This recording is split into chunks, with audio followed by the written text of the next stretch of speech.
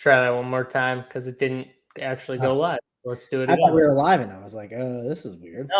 No, it didn't go live. I don't know why. I'm gonna try it again. Hold on.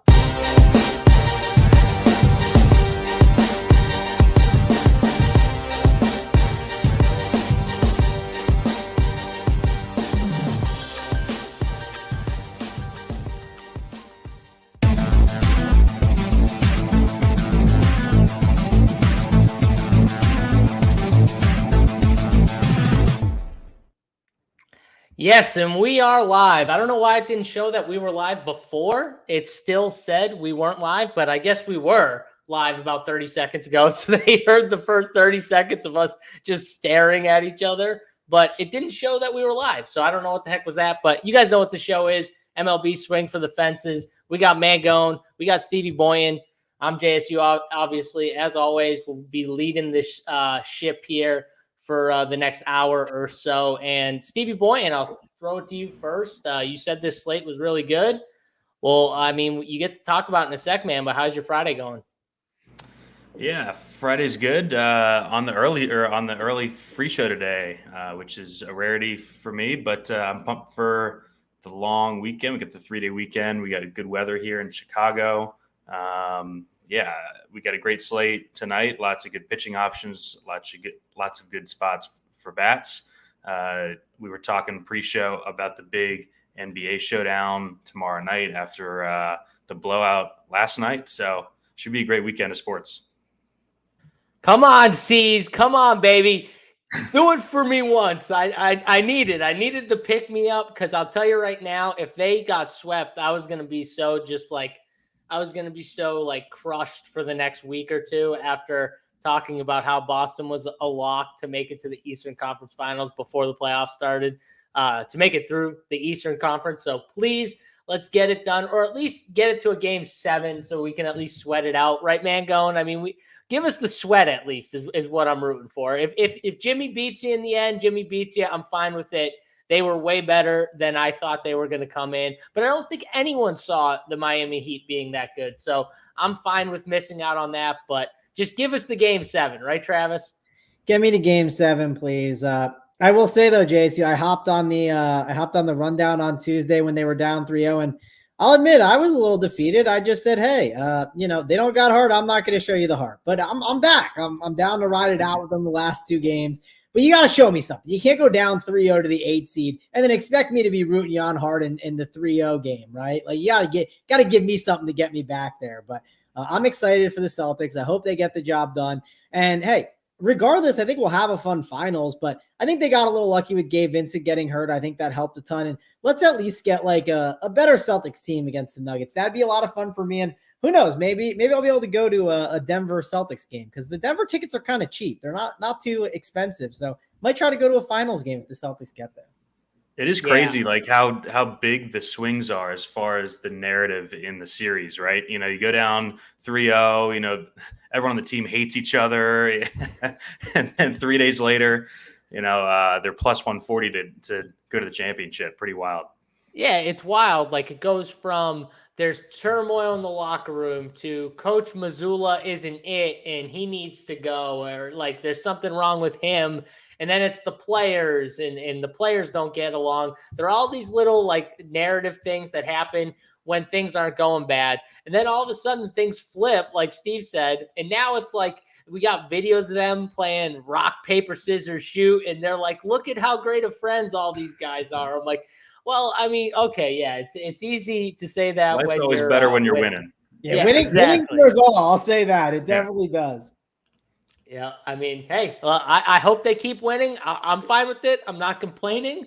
I have bets, so I really hope they cash. So I want them to win. Like I'm JC, hard. You're like me. You already threw those bets kind of out the window, right? Oh no. I thought they were dead, man. Going like I was literally like, just get these out of my face. I don't want to look at them, but it's gonna feel good when they cash. It's gonna feel real good when they just out of nowhere just rise from the dead, and you're like, okay, this money I thought I just threw away, it's back. It's gonna feel good. They weren't ripped up yet, but you were using them as a coaster, Yeah, exactly. I was like, these things are dead. Just stick them there. I'm gonna put my shit right on it, but Yeah, they're not. They're alive, and maybe Big T's the one that will run the purist. Because I'll tell you right now, he bet the Celtics in 7, and like if that hits, he'll run because he's been shitting on the Celtics this whole time. So if he gets the actual 7 games, which I think we're going to get a Game 7, Mangone. I don't know who's going to win in Game 7, but I do think the series goes 7. So did Big T do the thing that his buddy hates on the Print Factory? I'm blanking on his name, but he completely shit on the Celtics and then picked them in 7. I think he said he was picking the Heat, but he also was going to bet the Celtics. Oh, ODB would be all over him for that. I mean, come on. The old emotional hedge. Talking about the series price before the start of the series, and he said, I can't bet the Celtics at – it was ridiculous series price. Yeah. It was like minus what, Mangone, like 300 or something? What was the series price? Do you remember? I know this. I know the Heat were like plus 500 or 600, and then like the Celtics were at like, I don't know, it could have been like minus 400 in spots. Like it was a lot. That's what I mean, though. So he's like, I can't bet the Celtics like this. So I'm going to bet the Heat, but I'm also going to bet the Celtics in 7. I at least get a decent price on picking the exact, for the Celtics in 7. Yeah. So yeah, I mean that's how he did it. But I agree with you. ODB would be all over his shit if he did something if I did something like that. ODB would kill me on the show. JSU, this is what you do. You pocket that one for September when you're on the Print Factory, and you go, Tony, weren't you the guy who bet the Heat to win the series and the Celtics in 7? And then ODB will just fall off his chair completely. Mangone's the best at holding the receipts. I got to get better at keeping the receipts, but like holding them in my, my drafts ready to go. Mangone, like I'm waiting to just post it. Yeah. Like I'm going to get them so bad when we get to the Print Factory. You got to be ready. One more receipt. Steve, I need you to stop complaining about your Tuesday CSV. You're shipping the leaderboard tonight. No excuses. You got the job done. No more complaining about Tuesday CSV. Yeah. Steve's been on a heater. You gonna continue it? Yeah, he's crushing. It was my mistake, Travis, which is why it's bothering me even more. If it was DraftKings' fault, I would be like, that happens. But since it was me that fucked it up, but yeah. Steve, I made one CSV error. I, for some reason, forgot that I entered like the $15 FanDuel queue. So when I did the upload, I uploaded like my 30 teams for like the main contest. And then I uploaded the qualifier ones. I didn't upload because I thought I just did my normal 30 to 50 and like the low dollar, whatever FanDuel one is. And I had all these blank teams. Then I had this one team that was like in first place shipping a qualifier all day until the end. And then I ended up getting, if I was entered, I would have got second. So I'm with you. I was on full blown tilt that day. So maybe I should give you a little more grace. All right. Well, there's enough talk about CSVs right there for me for the next month or so. And Steve, that's a human error, which happens all the time. So get that out of your mind because I'm pretty sure we've all messed up in some point in our lives when it comes to DraftKings and lineups and CSVs or whatever the heck happened to you. I don't know exactly what happened to you, but I can figure it out from the talk. So we'll get on from that. We've got a full slate of games here. I think it's 12 games on this slate. Guys, make sure you hit the like button, subscribe to the YouTube channel, ring that bell at the bottom right-hand corner. If you like this show, if you want more of these shows, just hit that like button, hit that thumbs up. We will appreciate that a ton.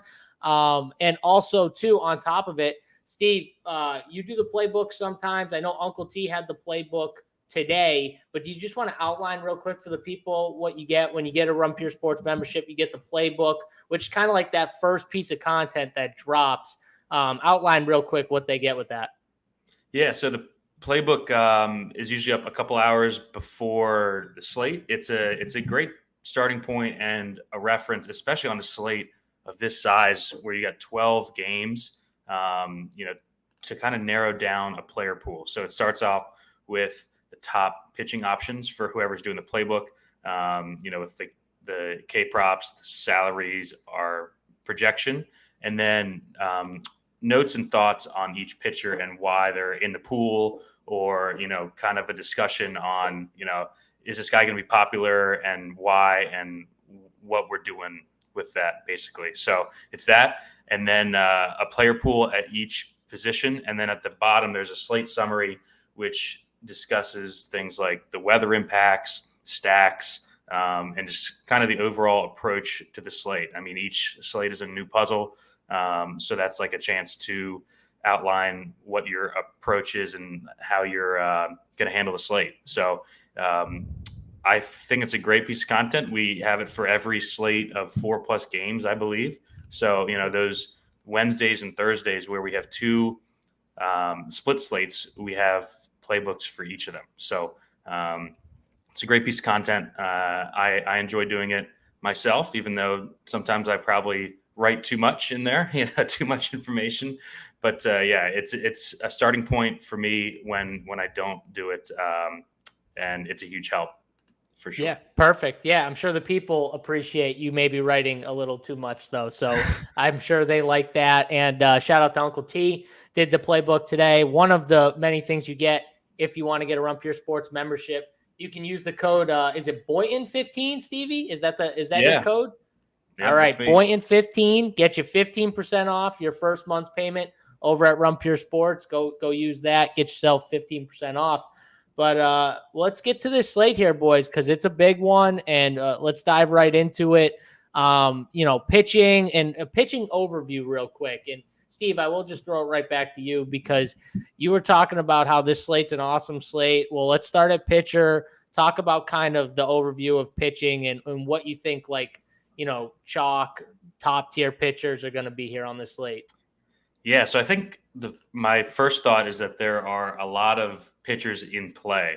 Right at the top, we've got Kevin Gausman at 10-3, Keller at 10-1, and there's just about a dozen guys who are all priced really closely. So, there aren't really tiers up top in pricing. We don't have the 12.3K Strider or someone like that. It's, we've got 10 guys basically within 1,000, 1,500 of each other. So you can basically pick your preference. I think projection models will be spitting out a lot of guys like George Kirby at home in a good ballpark with a 7 total against Pittsburgh. But yeah, I mean, it's a really interesting slate to break down as far as pitching. I don't really love a lot of cheap guys. I will personally be staying up top for the majority of my pool. I can just start at the top.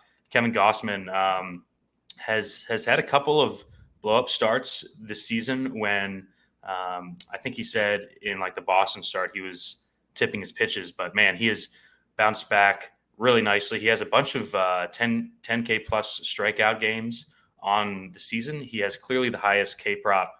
He's just been super, super solid all season. He's at Minnesota tonight, who has been good against right-handed pitching, but the lineup tonight is going to be weak. Polanco is hurt, and Carlos Correa got hurt this week as well. So it's basically their 2 and 3 hitters not in the lineup. So this team does strike out a bunch, second highest strikeout rate against right-handed pitching on the season.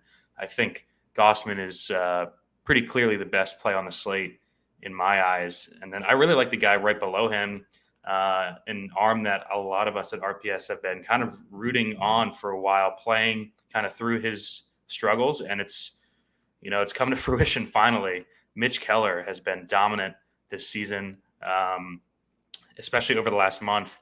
And the underlying metrics line up. I mean, he has a 2.44 ERA, a 2.82 expected ERA is the best on the slate, even better than Gausman. So, you've got basically the 2 highest upside strikeout guys who are also great at run prevention at the same time. Keller is out west in that Seattle game with the 7 total. I think that he'll be lower owned than he should be here. I'm seeing under 10% right now. That would be surprising to me. And if that's the case, I have a ton of interest. I mean, and I think with a slate this big, you can play 2 of these expensive guys because we'll have cheap enough pitchers or hitters to fill out our lineups with. I don't want to keep rambling, so I'll let. Yeah, that's fine. Yeah. We got the top tier pitchers. I'll let Mangone give kind of his overview, and then he can talk about that top tier, and we'll come back to you real quick. Yep. Mama Rocks in the chat. What's going on? Pumped to see the crew. Love that. Travis, what about you here at pitching? Do you feel like the top tier arms are just as good of plays as what Stevie thinks? Because it seems to me like Stevie wants to start at least one of those top tier guys in his lineup, if not maybe two of just the studs.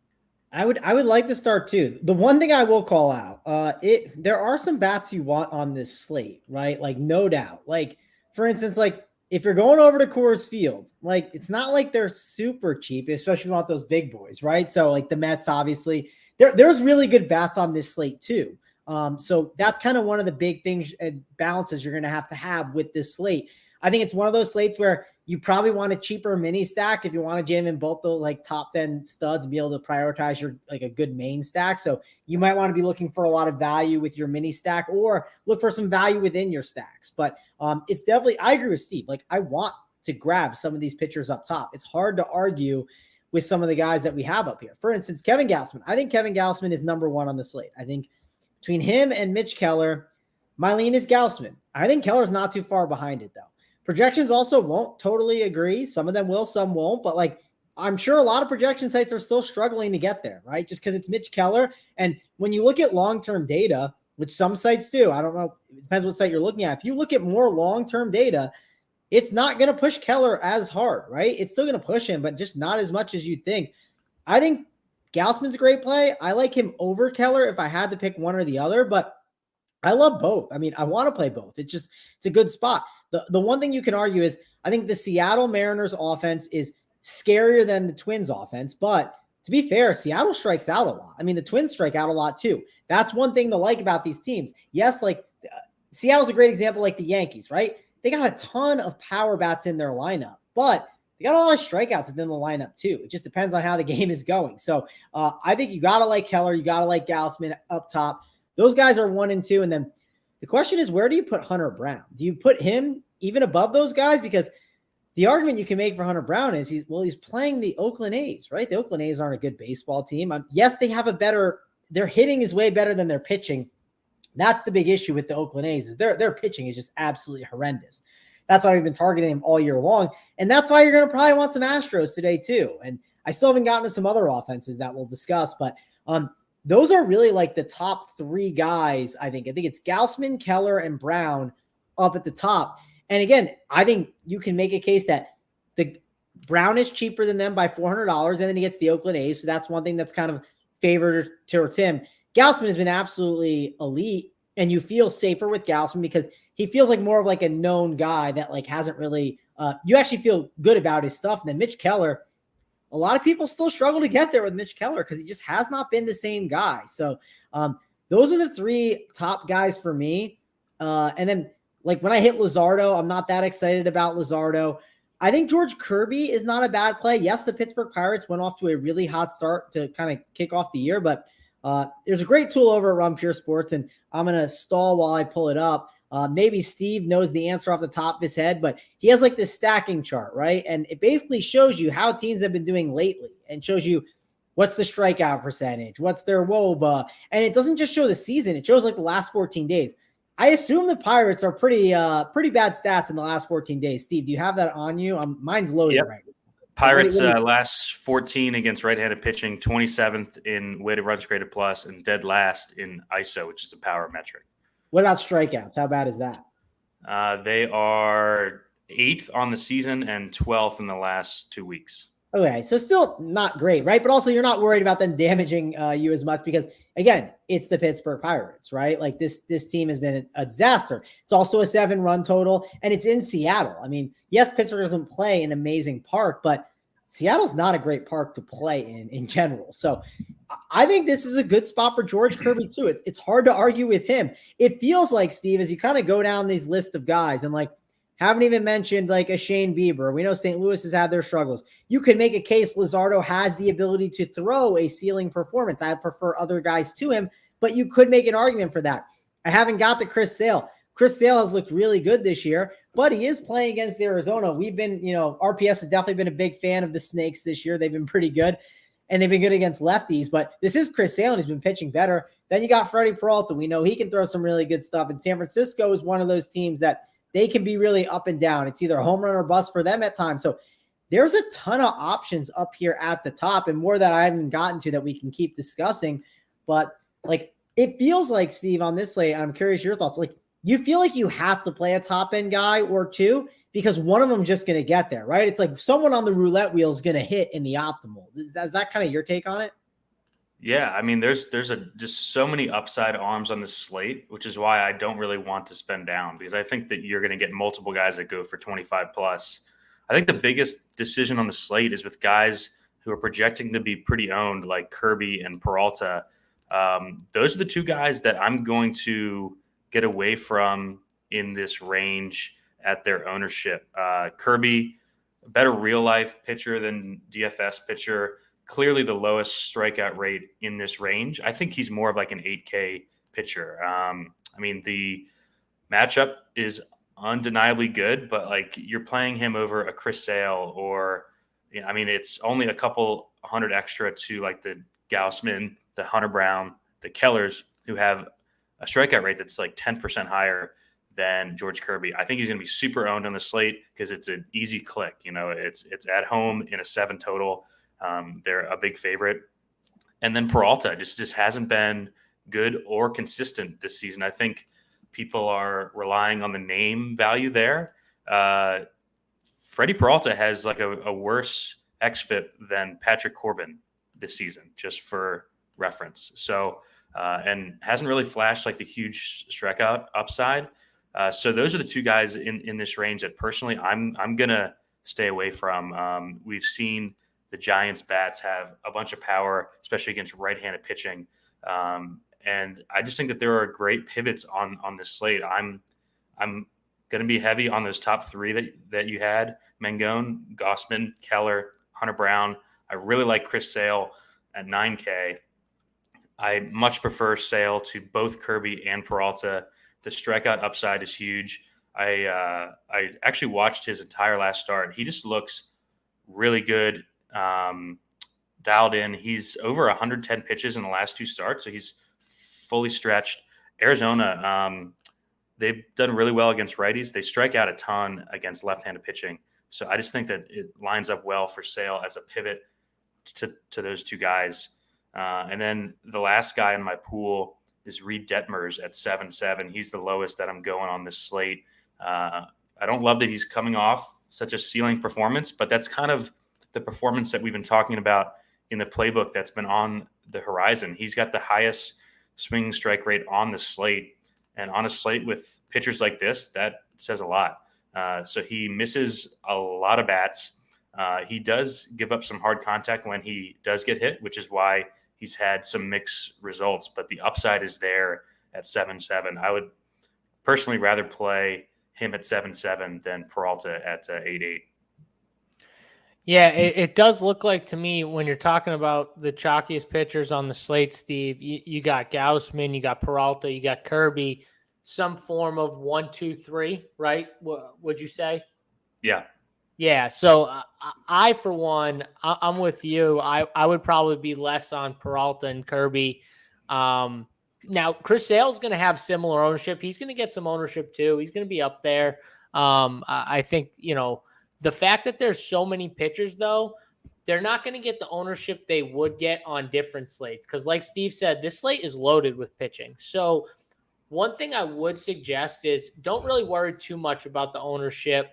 I do think Gaussman's going to have a little more ownership than the rest. He's the one guy I think he's going to be like a little more inflated than the rest. But yeah, I wouldn't worry too much about, from an ownership standpoint, about any of these other pitchers. It's more just, who do you like? It sounds like Steve prefers Sale over Kirby and Peralta, just straight up. That's fine.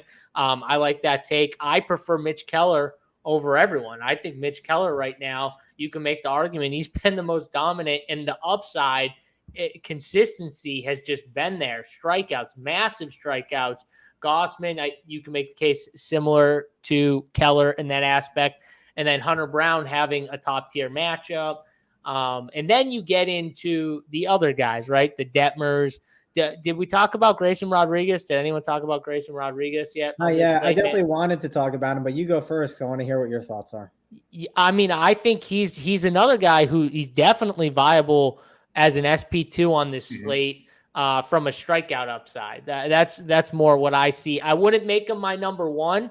I don't think it's a slate for that. I think I want for sure one of those 9K or higher pitchers definitely in my lineup. So like that's a rule. Like if I was 150 tonight, I need one of those 9K players in one of my 2 pitcher spots. And I'm fine with playing 2 9K and up pitchers for sure, but I definitely want one. I think Grayson Rodriguez is a fine SP2 at 8.3 if you want to take the shot on him. He'd be a few lineups down the road. Like if I was making like 2 to 3, I don't know if I'd get there. But if I was making more, I could definitely put him in my pool. Like in 20 max, I definitely have him in my pool. Mangone, did you want to talk about Grayson Rodriguez real quick? Yeah, I think Grayson Rodriguez definitely makes a lot of sense on DK. I kind of agree with you. I want to like that rule. I don't hate for sure of grabbing that one pitcher at least. I don't think that's a bad idea. I wouldn't really want to do like a Reed Detmers and Grayson Rodriguez team. I just don't think I need to or want to. Like I said, I think a great idea is like when you build out your teams, like let's say you do have a team that has like Detmers and a Rodriguez, like change, like if you're in the opto, right? Go in and change like Rodriguez to one of those other top end pitchers and like maybe just get a cheaper mini stack. I think trying to find these like cheaper mini stacks is going to be really important on this slate just because there are some big bats that we're definitely going to want to grab that we'll get to and discuss. But I do want to go up and make sure I grab these pitchers. My issue with Grayson Rodriguez on FanDuel specifically, I don't know if he's got the ability to get that quality start. That's like the one thing I get a little nervous about over on FanDuel. So just want to call that out. So that's a guy I might avoid over there rather than on DraftKings. It's a little different. On DraftKings, you're more so going strikeout hunting, which I think you can get a bunch of strikeouts there with Rodriguez. But on FanDuel, it's a little more worrisome. I'll at least call that out. So I don't know if I'd go below Detmers on FanDuel for the most part. Rodriguez, though, he's definitely in the conversation. I don't know if I'll get to him as much as some of these other guys. Like I said, I kind of am with Steve. I want to do my best to really prioritize these guys up top. And I'm kind of with him on like kind of trying that Peralta fade just because we know Peralta can be super up and down. Like he's not a guy that I'm super excited about. And if you look at the price tags too, it's just not that much more to get to these other options that I just feel way safer about. So I don't think he's in the tier of pitchers of the guys that he's near, honestly. Yeah. And also he's like too expensive or you think, yeah. So you don't like him today, Steve? No. I don't either. On Grayson, just real quick, after that Angels start, he came out and said that they had found out that he had been tipping pitches in the last couple starts. So like he looked much better in that Toronto start last time out. So I would take the couple negative outings with a grain of salt. This is a future ace in the league with elite stuff. Still has his early troubles with left-handed hitters, but huge upside arm.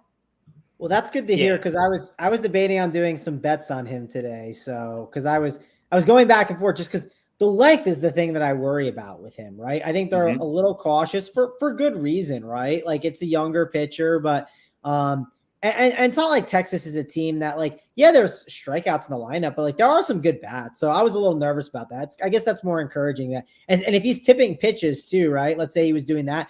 That could also lead to why he's kind of gotten pulled a little bit earlier, right? Because he's having trouble throughout the game. And if he's pitching cleaner, maybe he can go a little bit longer. So that's definitely a little more encouraging after hearing that.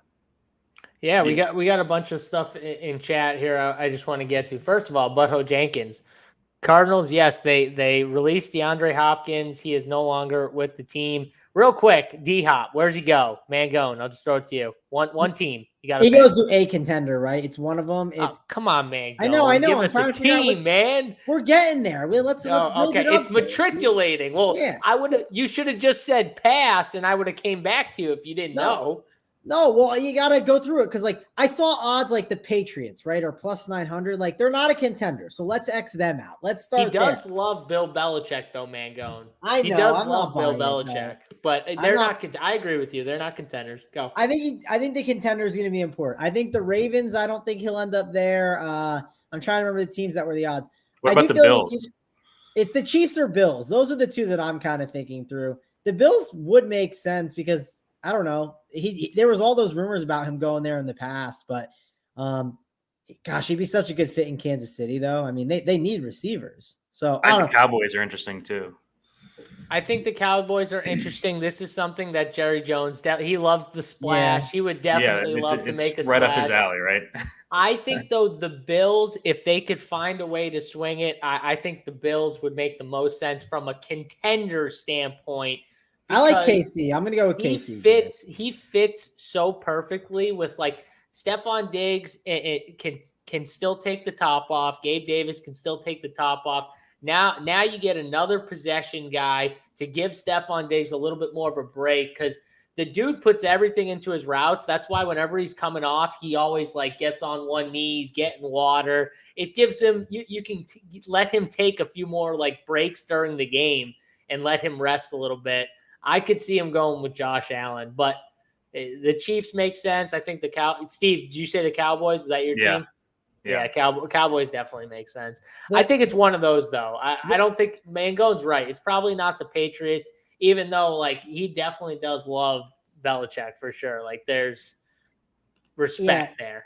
I think that the Hopkins makes a lot of sense on the Chiefs because they already kind of started putting Kelsey in that, like, slot role. And on top of putting him in that role, they have Kadarius Toney now who can kind of play that, like, playmaking role. And you can just give Hopkins – that really, really good outside, like, receiver X role and just have him kind of just dominate in that spot. And I think it's a perfect fit. So, we'll see what exactly happens. And we'll see how that ages, right? Whatever contract he gets, I think he's still getting paid pretty good. So I think he's down to take a little bit of a cheaper salary because of that. Yeah, I mean, I see some people in Jets have cash. I mean, him with Aaron Rodgers, I think would be fun. They already got a bunch of talent. So that would be interesting. But yeah, I mean, that'll be fun seeing what happens with him. I think that's interesting. Back to the pitching, though. I agree here. How can you not play Mitch Keller? I mean, he's been awesome. I agree 100%. Projected under 10% right now, JSU. Yeah, I'm in on that. You can definitely sell me a team that strikes out in that ballpark. Just Mitch Keller Seattle, with all the upside third highest in the world. strikeout rate against righties on the season. Yeah, I'm in. They're just like those Yankees, right, Steve? Like yes, they have power, but like they can swing and miss, right? I don't know. That's the example I always use, right? Because it just seems like it's a good comp. Except it's just a much better park too, right? Like the fly balls just go to die there, especially at night. It's a great spot. I love that people aren't on Mitch Keller. I'm playing him with Gaussman on my main team tonight. Yeah, and like honestly, you might have to bump him up. Like you might look at stuff and like maybe you're not getting enough. Bump him up. Like one thing I do sometimes, I'll go into SaberSim and if I need to bump the projection up, I'll bump it up and then like I'll say he's 10%. Cap it at 20% if you want, or, let's say you want to play 100%, go for it. But sometimes if I'm not getting the exposure that I want, I'll just over project it pretty high where it's like pumping a lot. And then I just put the cap. So I know I'm double the field or triple the field, whatever number that I feel comfortable with based on my construction. So that's definitely some things that I do to just kind of force guys in if I want to. All right, we got Brock. I saw Brock earlier. He said some guy named Barrick left some gems in the chat early this morning. I don't know, Steve, were you in the MLB Discord this morning? No, that's Barrick, our member. He's always in the MLB Discord at like 6 a.m. giving like his core. So well, if you want the Barrick 6 a.m. core, check out the MLB Discord. I mean, our Discord and the MLB chat in our Discord because there's winners. It's not just by the coordinators. We got sharp members. Barrick's one of them. We got a ton of really sharp guys. Single entry series when they did the 222 a couple weeks ago. So there you go. See right there. Guy's got cred and he's an awesome dude. So go check it out if you want to get in the Discord. Boynton 15 will get you 15% off your first month's payment. See how I just did that right there? That's a professional. We're rolling. Hit the like button, people. Pound the like button, whatever you want to do. I don't care. Mangone, any other pitching takes you want, just kind of take us through the bottom feeders, if you will. Yeah, I mean, definitely not a ton of bottom feeders that I really want to talk about down here. Like I said, once you kind of get, especially on FanDuel, Reed Detmers is probably the line. And DK, yeah, it's probably still Detmers. I don't think there's anything else that I'm dying to really get to. Like, could you make a case for Musgrove for 200 or less? Sure, but I'd rather not. There's other options. I want to see it first with him. He's been, I'm not in on it. So I was debating on betting an under on him. So I'm just trying to see, like, if I went down there, who's the guy that I would like kind of like blink at first and be like, okay, I guess it's him. I mean, maybe you can make a case it's maybe one of these guys that like Jordan Lyles is going against Washington. But here's the thing. That performance ain't going to get the job done, right? When you have all these other ones that are up here that just seem too good. Yes, you want to prioritize and get some bats in there, but we can find some cheap value plays throughout this slate. It's not like this is like a 4-game slate and there's like not enough value on it. It's a 12-gamer. We're going to find some value throughout this slate. Maybe it's doing your 5-man stack with like 3 one-offs. Maybe it's being like JSU and playing a 4-man stack and then getting a little crazy with some 3-mans or something. Like, I think it's a good slate to make sure you prioritize your pitchers, prioritize your main stack however you want, and then make sure to find some value with your mini stack. It's not going to be one of those days where you're going to have like the Mets and the Astros combined with 2 top-end pitchers. It's just going to be tough. You're going to have to make some sacrifices somewhere, and that's where I want to sacrifice my mini stack. So I do see one name. I've seen one name from these bottom guys that multiple people from the chat have just said out loud. Schuster from Atlanta. I mean, Steve, do you have any interest in him at 6,100? I've seen a few people type his name, so maybe not really. Hear your takes. So he's coming off the start against Seattle where he looked pretty good. The underlying stuff's still really bad on him. Walks a ton of guys. I think this is just a series in Atlanta this weekend where we just see a bunch of runs in every game. I think so. My personal pool, I played 20 lineups. I'm stopping at Detmers. I think you can always consider a Stone Min guy. The Yankees are calling up a prospect, Randy Velasquez, tonight. I'm not going there personally, but I won't argue against anyone using a 4K pitcher that's fully stretched out. He's gone 5+ innings in his 5 latest minor league starts. So, if you really want to play all the bats, I feel like this is like a DC spot. He's always playing these cheap pitchers, playing all the bats. So I will say you'll be completely different than most of the field.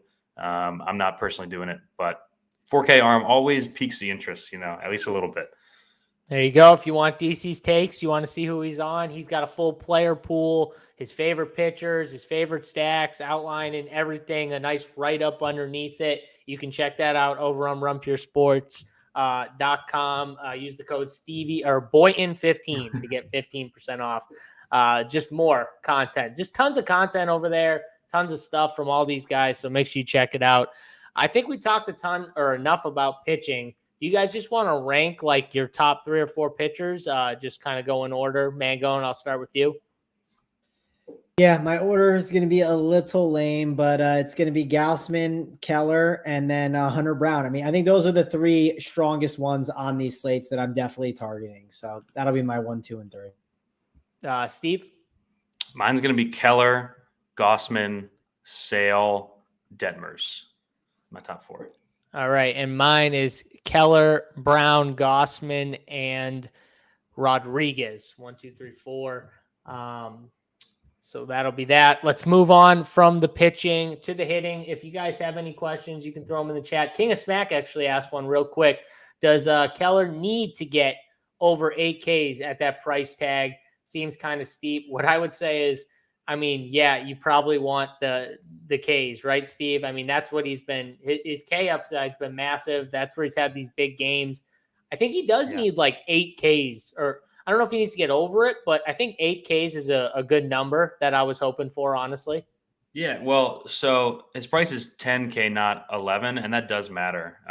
But yeah, I mean, his K prop is at 7.5, so they're I think on expecting. FanDuel, Steve, he's 11-4. I don't know. Oh, He okay, might have been referring to FanDuel. okay. I didn't see that in his Um, question, but yeah, I mean, I think he has a clean outing with upside for 8+ Ks for sure. there you go. There it is right there. All right, let's move on. We'll go game by game, break down these hitters, guys. If you don't like a spot, you can always just say pass, and we'll move on. But Texas and Baltimore here, we got Gray, who no one really talked about at pitcher against Rodriguez, and we did talk about him. But can we get some bats against, Grayson Rodriguez? I think you could go both ways if you liked him, but you could still take some bats against him in case he does give up some bombs, which we've seen him do at times. Steve, are you in on going against either of these two pitchers? So the O's bullpen behind him has been one of the best in the league. I think if you're playing bats against Grayson, it would be only the lefties. He's pretty death on right-handed pitching or on right-handed hitters. So no Josh Young, no Dallas Garcia, Semien, guys like that. I think the Orioles are interesting. John Gray has been better the last couple starts, but he definitely has his rocky outings. And the big chatter with the Rangers is how awful their bullpen has been. They have like a bottom 3 bullpen in baseball, and they basically have no answers. Like they just keep bringing guys up, cutting guys, mixing it up, and nothing's really working. So I think attacking the Rangers and bad bullpens in general is a great way to go in DFS. We've been doing it with Oakland the entire season, but the Rangers are not far behind them for bad bullpens. All right, there we go. Mangone, do you like this game at all? No, not like super excited to like target this game. Like John Gray, I think you've said it before with Big T or whatever. Like John Gray, he's a guy I'll play in DFS sometimes, but I'm not always down to target, right? It's like I just don't think he's a guy that blows up too much. Like, sure, when he blows up, he can blow up like any pitcher, but this is not the slate I think to play Baltimore bats, and they're also kind of pricey, right? I don't think I'm getting like maybe as a mini you could make the argument. The problem is they're expensive. These guys cost a lot of money on Baltimore, and what am I going to do? Do a stack of Adam Frazier and Ryan O'Hearn? Like that doesn't sound appetizing at all. So I think I'm out on this game. All right, well, Mangone, let's stay with you then, and let's go to the Yankees Padres 9.5 total here. And you talked about maybe not stackable pitchers on the last game, but I do think you can stack against Mr. Musgrove, who has at times gotten a little, out of it here. Can we take some Yankees bats in this spot? Yeah, I don't hate it. I think it's better as maybe that mini stack again. Like if you're looking for like a cheap mini stack, yeah, you're not gonna be able to get Aaron Judge in there, but DJ LeMahieu at like 2.6 isn't a bad tag. You can make the case that Harrison Bader at 3.8 is a nice value. Willie Calhoun at 2.4. Like they have enough value throughout their lineup where I think it's fine if you want to pick on him. You could definitely get away with the 5-man. I don't think it's terrible. Again, that Yankees lineup is getting better. Now that we got Anthony Volpe down in like that 7 hole, it just feels like this lineup is getting stronger with the way that Bader has been playing, with the way that Willie Calhoun's been. So I think the Yankees stack is in play. Not really interested in San Diego here. Yankees is in play, but it's kind of one of those teams that as I kind of build out my stacks, I would not be surprised if I just completely get rid of the Yankee stack like last second, right? It's like I'm trying to figure out who's the last stack in, and I could see myself just kind of hitting the X on the Yankees last second. Yeah, I kind of like the Yankees tonight. I think they're going to be one of the teams that I might stack up here. Stevie Boynton, what do you think of the Yankees? Yeah, so the Yankees bats have come alive a bit since Judge came back. I will note both these teams pretty elite bullpens, so you're probably not going to see a bunch of runs scored late. I think the Padres have the lowest bullpen ERA in baseball since May 1st. So I always like to note that. I mean, the Padres were super popular all week when they were in DC. They kind of came alive a bit, but overall they just haven't been a great offense. I don't usually stack against the Yankees too often just because the pen scares me. I didn't get to either of these teams in my 20 lineups, but if I did, it would probably be the Yankees side just because I trust the lineup more. Like the back half of this Padres lineup, man, like you got Odor hitting 5th in 2023. That's not great. You got Odor, Carp, Brandon Dixon, Grisham, Austin Nola. There's a lot of outs there. Didn't get to this game personally. Would be the Yankees side, if anything. You're on mute. You're on mute, JSU. I said, what's funny about that? That was pretty bad, by the way. I said like a full sentence. What's funny about that is, I swear to God, I've seen like 3 of those 4 guys you just named hit a bomb in the last like day or two. Like all of them. Like Brandon Dixon. Who else did you say? Friggin' Odor hit one like right down the line. Yeah, Odor hit one. I think he helped a member have a nice afternoon slate. I think it was yesterday, but yeah, Grisham hit one yesterday. Yeah. Grisham hit one. He was another guy I forgot. I swear to God, I played him like a couple times before that, like in my San Diego stack, and then finally left him off, and he hit a bomb. But yeah, that's it. All right, Steve might have talked me kind of off the full Yankee stack then, with these bullpens being pretty good. Maybe I'll just stick to like a mini stack or something like that. I do like Bader hitting 5th at 2,800. So yeah, maybe I'll just do a nice little mini and go that way. Odor has been on a heater. Oh, Steve, chat likes a little heater Odor for him or a heater for most. Yeah, I mean, he's finally not hitting 180. Yeah. Again, though, I will just say baseball, these streaks, these guys that get on these kind of like little mini hot streaks and stuff like that, there is something to be said for riding these guys when they kind of get into a rhythm, because it will go away. Like for someone like Odor, he's not going to keep doing this, but for a little bit, you can ride it. Outside of the obvious superstars on that team, the bats are super, super cheap. So you can double spend a pitcher, use a couple of these cheap bats, maybe in a secondary stack or something like that is probably my preferred way to go. Steve, maybe like a one-off second baseman of Odor, right? You don't love second, like one-off option. Yeah. Sure. But like, also don't be mad when he gets a 0, right? He's boomer bust. He's either going to get you a home run or a walk or we got Terry Niehaus in the chat. He said no Rafael Devers in the Boston lineup. That's not good. Is it Fott? Is it Fott who's on the mound, Steve? Yeah. He's been terrible too. He's been bad, but that helps him, right? I mean, I don't know if you're playing them still, but that definitely helps. So yeah, that's big news for that lineup. We'll get to that game in a sec. Let's go to St. Louis and Cleveland here. Is it Lebator against Bieber? I remember this dude. Everyone wanted to play him against, Milwaukee the first time he came back. Milwaukee was terrible against lefties. He got it done. Next time out against the Dodgers, he actually only pitched 1 inning, I guess so. But I remember the one slate when everyone wanted to play him, I was like, no, I'm not going to play him against the team that sucks against lefties. And then he just absolutely crushed. And I think he was really cheap too. Yeah, he just absolutely owned me. So what are we doing here at pitching? Mangone, I'll throw it to you first. What do we got for hitters? I'm sorry.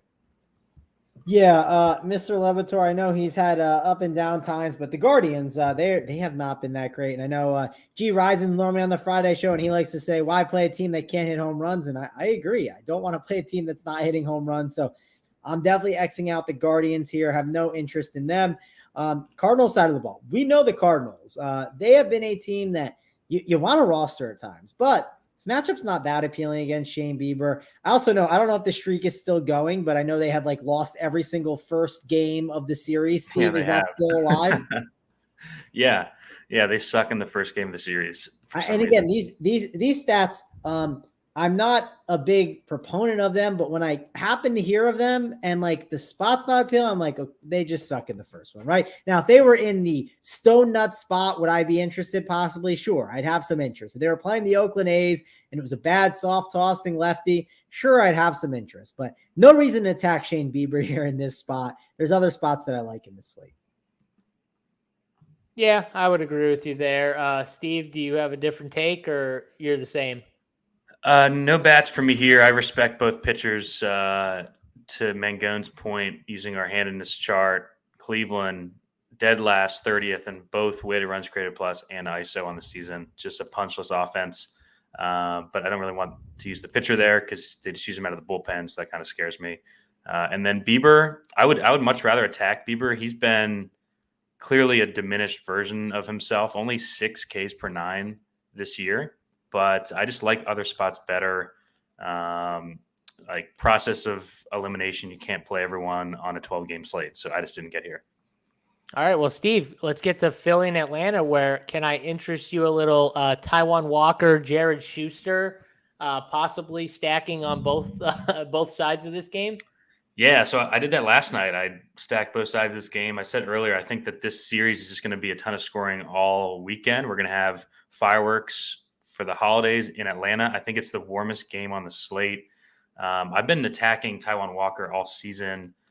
He's had a couple of decent outings where the splitter's been working, but man, when it goes bad for him, it goes really bad. Like that Dodgers start, the San Francisco start where he didn't get out of the first inning. And it's Friday night. I mean, I'm not with DC, but the running joke is that every Friday night show we have the Braves as our top stack. I think you can argue that they are the top stack on the board tonight. I mean, this Philly bullpen's not great. Both sides actually used a lot of bullpen last night. I said earlier, I don't really like Schuster, so I like the Phillies here too. I will say with the Braves, they're really easy to play with other teams because 5 through 9 are all super cheap. Ozuna's red hot right now, hitting 5th. Rosario's cheap at 6. Arcia has been hot, hitting 8th. Michael Harris, the nemesis, hitting 9th. I don't think he has a hit this month.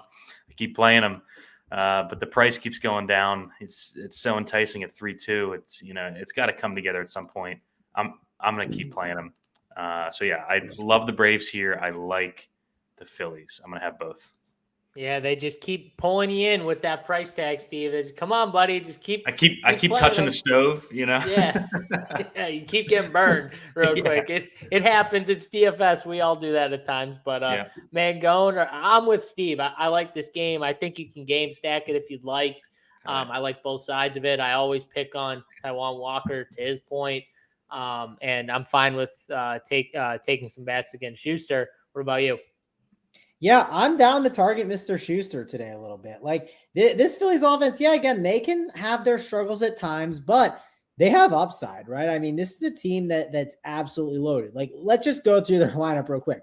I mean, Bryson Stott's been pretty solid in that one hole there. Helps fill second base pretty easy. Sure, he's 4K, but Trey Turner, he's in the lineup. We've got Bryce Harper, Nick Castellanos, Kyle Schwarber, JT Realmuto, Alec Boehm, like Brandon Marsh, who was crushing at the start of the year, now only 3K. He's at the 8 hole. And then Josh Harrison, which I don't want to talk badly about a player, but he seems like kind of like the last guy that you're just not dying to get to. But it's a pretty loaded Phillies lineup. So I like this Phillies team. I'm definitely interested in them. And hey, Atlanta's in a pretty good spot too against Taijuan Walker. I will say I'm not typically someone that likes to be on a chalkier Braves team, but I do like to target up Taijuan Walker at times. And it's definitely a good spot, I think, to do it. This game is in Atlanta. It is 76 degrees, and it's not a huge factor, but it's a little bit hotter, at least than some other areas. So I do think you got to like this Braves offense. If you are going to play them, obviously this 1 through 5 is great. Well, the 1 through 4 is great. Then you got Marcell Ozuna. And Ozuna's been playing really well, to be fair. He's been it's kind of starting to click for him. So he's been pretty solid. And the thing that's nice about this Braves team is there's just value amongst the lineup, right? Sure, there is Michael Harris at 3.2, but there's still a ton of options, right? You can make a case for Arcia at 3.6, Rosario at 2.6, Ozuna at 2.7. Like, the whole team is not just above 4K and difficult to get to. So it kind of helps us and gives us the ability to grab some of these expensive bats like Acuna, like Matt Olson, and also mix in some of these value plays as well and get these top end studs like we talked about. So if you do see a top offense on this slate and there's a lot of value in their lineup, you definitely have to take notice of that. And I'm taking notice of that when kind of building out my Atlanta teams. Because like I said, some of these other offenses, they're pretty expensive. I mean, look at the Phillies. I talked about liking them, but they're 1 through 6. Every single guy is above 4K, right? It's not like there's a ton of value throughout the lineups. And the one value play, it's either Brandon Marsh at 3K or Josh Harrison. And again, I'm not racing to play Josh Harrison today. So it is really nice that the Braves have a ton of value amongst that lineup to kind of help you get in 2 top end arms. Yeah, Bill, Appreciate you, man. Trying to do my job for me. I love to see it. Hit that like button. Let's get those likes up here. 322 watching. Let's get them up. We can do this here.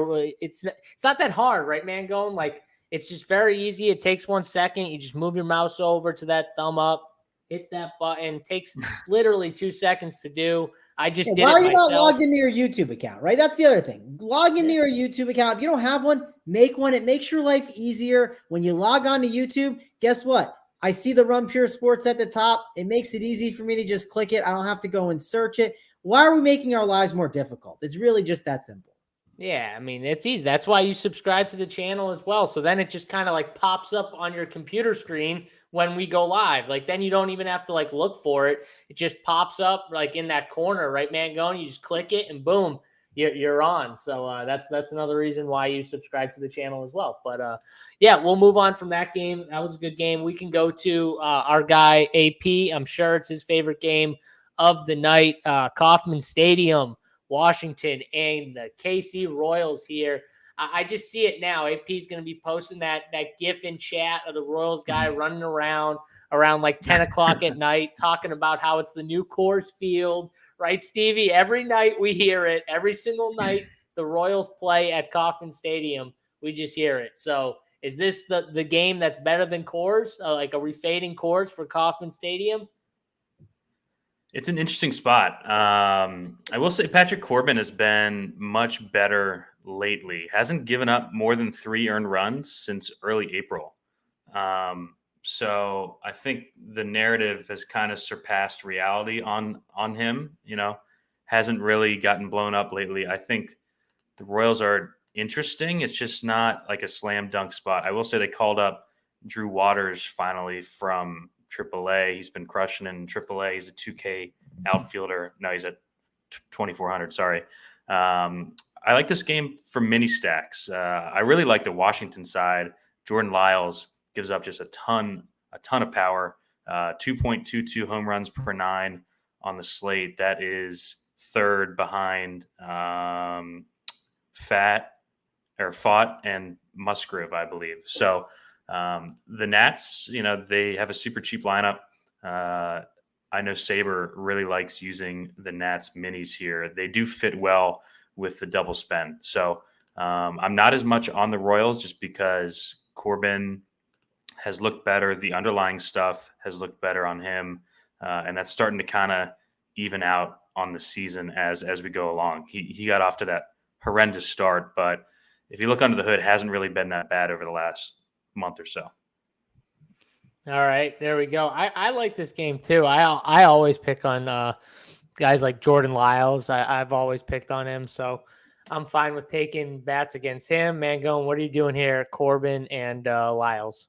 Yeah, Patrick Corbin is a guy that, I mean, man, I wish he was retired, right? I mean, I know he's not going to because he's getting a fat check. I don't blame him, but I just hate having to have him on like every 5 days. But he's going up against the Royals here, and you know, it's hard to argue with some of these Royals as a nice mini stack, right? And you can make the case for the 5-man, but I mean, Matt Duffy, I know he's on, Big T's all platoon team. You can make a case for him against the lefty here in this spot. So Matt Duffy in that one hole at second base or third base, 2.5K. Salvador Perez, he helps fill a catcher position. Yes, he's a little pricey, but at 4.9, I think he's in play. Bobby Witt Jr., 5.5, don't mind him.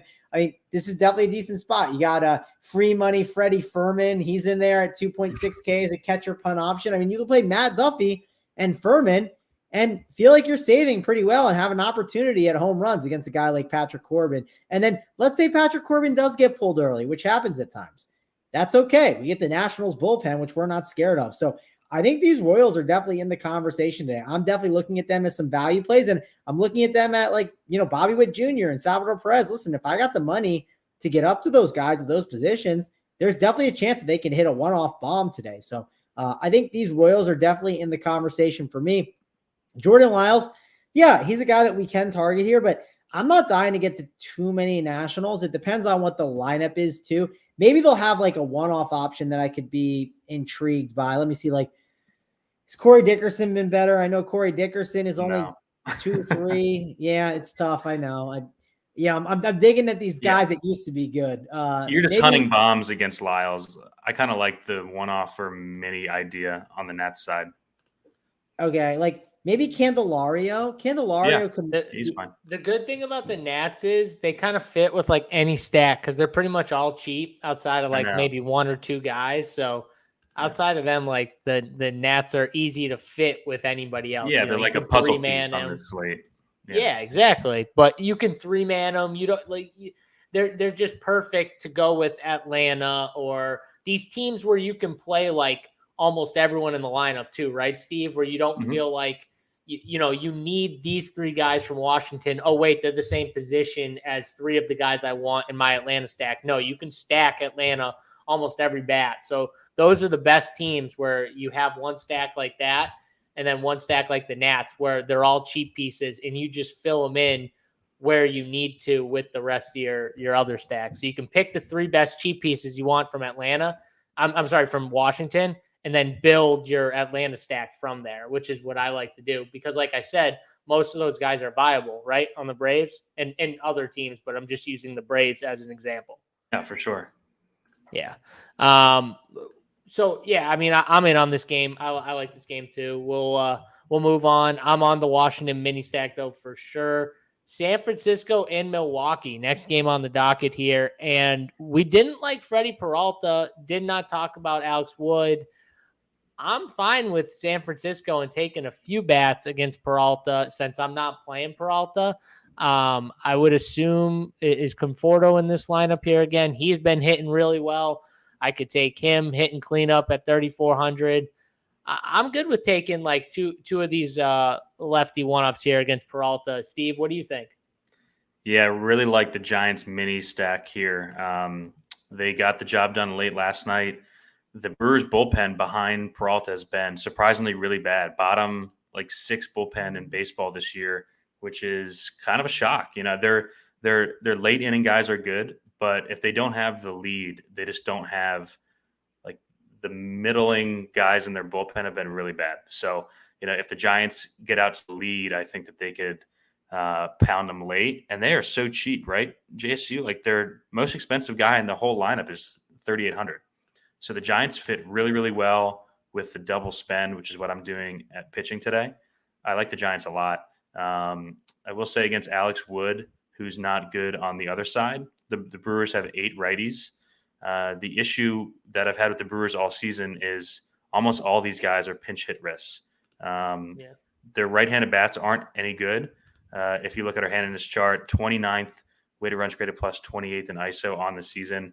And that's why they get pinch hit for the second a right-handed pitcher comes in the game. So on a 12-game slate, I'm not going to play the pinch hit team. I will play some Giants, though, just because they're so cheap. Yeah, Mangone, do you like this game at all?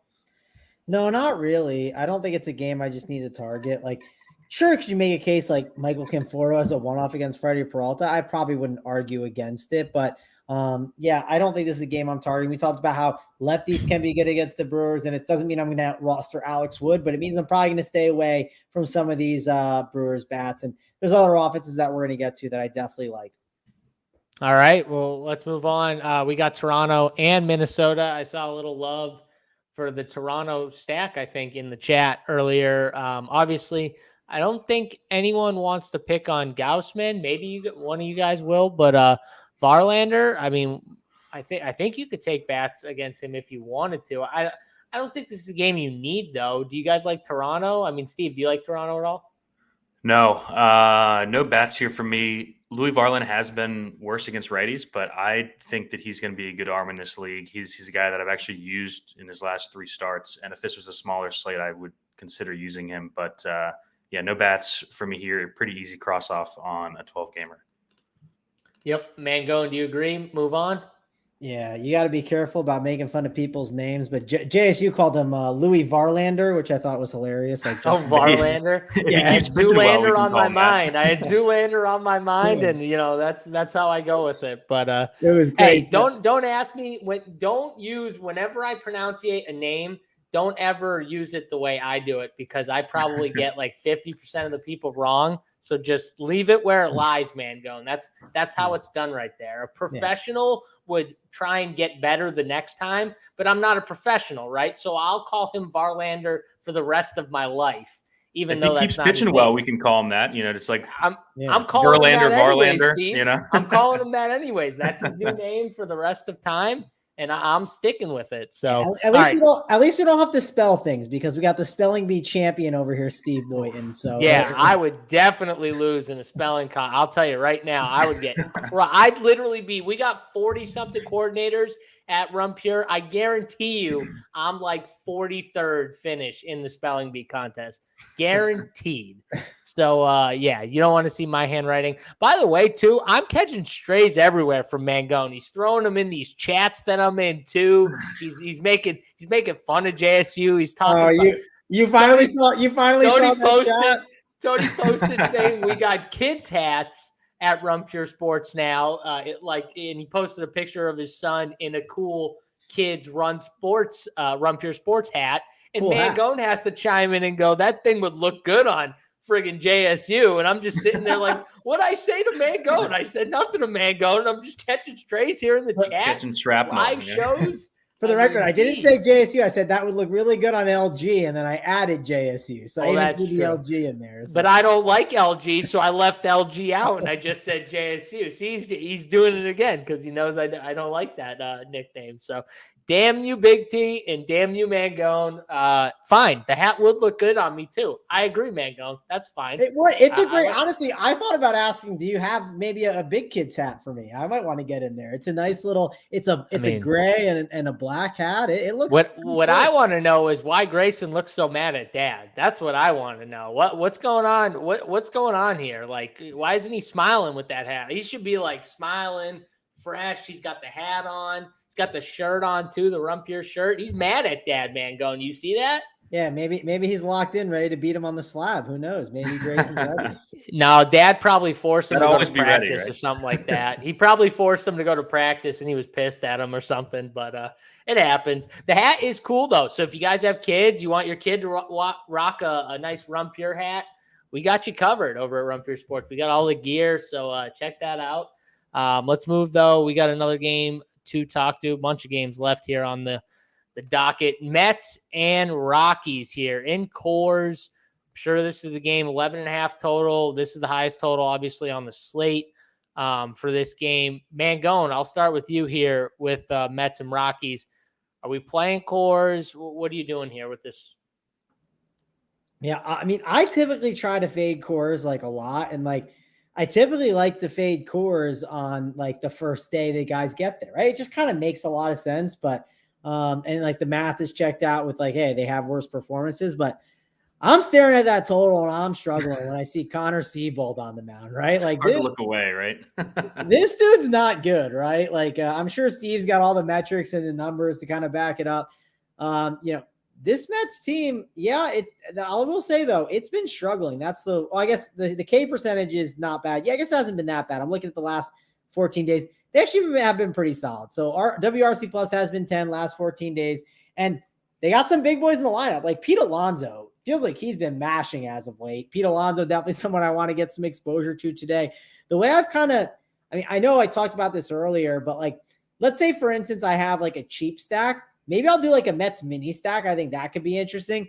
The other thing with the Mets is like, I mean, you got Nemo, you got Lindor, you got McNeil, who's actually kind of cheap. Then you got Beatty, who's at 3-4. So you actually do have enough value in their lineup. I didn't think you were going to have the value, but you do have some guys that you can get to there. A guy I don't think I'll get to, I probably won't get to Daniel Vogelbach because again, he's first base eligible. And like, listen, if I'm playing a first baseman on the Mets, it's probably just going to be Pete Alonso and I'll just move on. But, yeah, I see it hard. It's going to be hard for me to get away from the Mets today. I don't know if it's just because I'm a Met fan and I'm back in the New Jersey, New York area right now, and I just want to see them hit bombs. Who knows? But it's Connor Seabold's not good, right? He's definitely a guy that we want to target.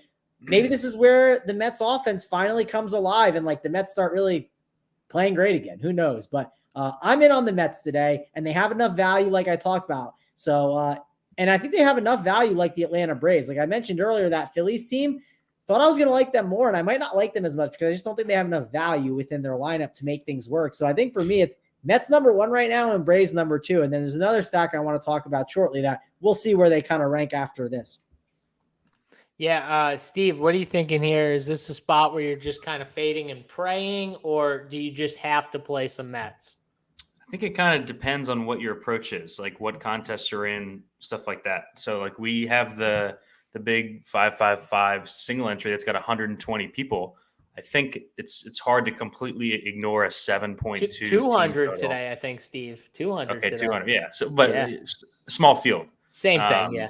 So, really hard to completely ignore this game in something like that, I think. Obviously going to be super high owned. I usually don't play a lot of cores. But man, like the Mets hit here in Chicago all week when it was cold and windy and shitty. I think they kind of turned a corner a bit, man. I rarely play Mets. I rarely play cores. I am playing the Mets here. It's just such a clear spot. I think you can get interesting with the way that you do play them. I really like the young guys. So Francisco Alvarez at catcher has started to hit a good bit. He's got sick power. And then the third baseman, Brett Beatty, I like him a lot too. So, yeah, I mean, this team's just clearly too cheap. They fit well with the top arms. I think the way that I'm going to get different in my lineups is by playing the lower-owned guys like Mitch Keller with Mets and then a lower-owned secondary stack. So I'm not going to ignore the 7-team total. I think it's the way that you play it within your lineups. Like, don't just play Gausman and Kirby and Mets and Houston. Find a way somewhere in there to get different, whether it's a low-owned SP2 or like you play Nats or something like that. So, Steve, let me call this out. I kind of by hand just went through and looked at the Mets today, right? And I said, let me plug in Mitch Keller and Gausman, and then I plugged in some of the cheap guys you talked about. I plugged in Alvarez, McNeil. I know you didn't mention him as much, but I plugged in Beatty, and then I plugged in Alonso. I'm left with 3,300 for a shortstop and 3 outfield spots. And like, listen, 3,300 with all those outfield spots and all the outfield values we can find on almost any slate, it's kind of hard to argue with how well this Mets stack fits with these top end studs like you talked about. And again, it's easy to find home run values like below 3K, right? Of course, if it was like that simple, I'd probably just, win all the money every single day. But like what I'm saying is there's enough value at the outfield. There's always just endless value, it feels like, on 12-game slate. So I think it's definitely a really good spot to play these Mets with these top end arms like you're talking about. Yeah, I agree. The outfielders on this slate are cheap. Teams like the Nationals that we mentioned, the entire Braves outfield is cheap. You got Rosario, Ozuna, God forbid, Michael Harris. There's just a lot of spots where they fit. So, yeah, I mean, they'll be super popular. What I usually do with cores is restrict them to 2 and 3 mans only, but I am going to have 5 mans at this Mets spot here. It's just too hard to ignore for me. I'm focused on that single entry series. So that's what I'm going with. Makes sense. All right. Makes sense. I like it here. Let's move Miami and the Angels here. We got Detmers on the mound against Luzardo. I can't really imagine this is a spot with such a big slate that we're going to want to attack the bats. So for me, it's a pass. Mangone, what do you think? In play or pass? No, I think this one's a pass for me. It's just tough for me to get to this game. I don't want to target Detmers or Luzardo, so I'm passing on this one. Steve? Full pass for me. Actually considered playing some Luzardo. I just don't think it's the spot. I will say if you do play bats in this game, maybe on like the late slate or something, Luzardo's struggles are with the right-handed power. So guys like Renfroe, you can one-off or something like that. All right. Well, Steve, let's stay with you here with Oakland and Houston. And what's going on with Houston? Oakland we pick on with bats pretty much every slate. Do we just go right back to the well again with Houston? What are you doing there? Yeah, Houston, if the Mets were not in cores, like if all the teams were playing at the same venue, Houston would clearly be the best spot on the slate. James Caprillion once heralded Yankees prospect, what seems like 10 years ago. Just not getting it done. In the major leagues, he's got 28% ground ball rate, walk per nine's over 6. Just not a major league quality pitcher with the worst bullpen in baseball behind him. And Houston, they crushed early in the week and then kind of fizzled out in Milwaukee a bit. This is just a great spot all weekend here. They're Mangone. This is another team with cheap outfielders. They got Chas McCormick, Jake Myers, guys like that at like 3,400 or less. Both of their catchers have been hitting. This is probably a Maldi night. He's actually hit the ball well lately. I will say Altuve's been sick. Didn't play on Wednesday, so keep an eye out since it's a later lineup. Could get Mauricio Dubon leading off if Altuve is not recovered there. So, yeah, I mean, I love Houston here. I think they are like the second or third best stack on the slate. Okay, Houston. Mangone, are you on board with Stevie? Houston, one of the top stacks of the night? Yeah, I think they're definitely one of the top stacks. I mean, I think of the 3 stacks, it's like the Mets, Atlanta, and Houston are like the top 3 that you're going to want to look at. So, yeah, I think Houston's definitely in play. If you look at this team, like Steve kind of mentioned, Maldonado, obviously cheap capture option if you want. They got some cheap outfielders too that kind of fit. Listen, Jose Abreu, I just kind of, whenever I play the Astros, I just X Jose Abreu because he pops a bunch when I see the optimizer push him, and I say, that's okay. Now I'm finding a way to be different with this chalkier stack. Like, it's just kind of like, I'm okay with it because of it. If you miss the first bomb in 200 plate appearances, you'll be fine. You know? Yeah, I'll be okay with it, right? Like, and again, it's like, if I am going to play a chalkier offense, you got to find some ways to make it different at times, right? And that's the way I'm going to make it different because people don't make adjustments and they just kind of run stuff at times. So that's my thought process on how I'm handling this team. And so yeah. You are going to play Jose Abreu? You aren't going to play Jose I'm Abreu? not. I'm going to exit, okay. Right? Like, I'll go through and hit the X while other people, they just plug the projections in, right? And then they just click optimize and they just upload the CSV. I'm going to at least make a slight adjustment to make sure I'm not playing Jose Abreu. Fair enough. I'm always down to fade someone like Jose Abreu, who, like Steve said, every 100, 200 bats hits a bomb. I'll live and die with him hitting, the one bomb on the day. And if he does and I lose, there's always the next slate. I'll fade him again. So I'll just keep fading him until it works for me. So I'm fine with Houston. No Oakland bats, though, for me. I'm just going to stay away from that side. We got 2 more games here left, Boston and Arizona. And we did talk about the Boston lineup a little bit. So they're out no Duran and no Devers in this lineup. Yeah. So we do have Tapia leading off at 2K against Fott. Steve, can you sell yourself on some cheap Red Sox here? Yeah, so Red Sox are my 4th favorite stack of the night. When I play 20 lineups, I usually stack up 4 or 5 teams. Don't love the lineup, but this is just like a close your eyes and play it spot. No matter who's in there. Fott, clearly not ready.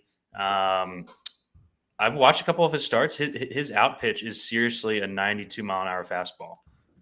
It played well in the minor leagues. It is not fooling guys in the major leagues. Given up a ton of bombs so far, 3.86 per 9 to righties and 2.53 to lefties. Both would be highest on the entire slate. So giving up bombs, not missing any bats, walking a lot of guys. It's like a perfect storm. My issue is that the Red Sox have been just dog shit with the bats all week.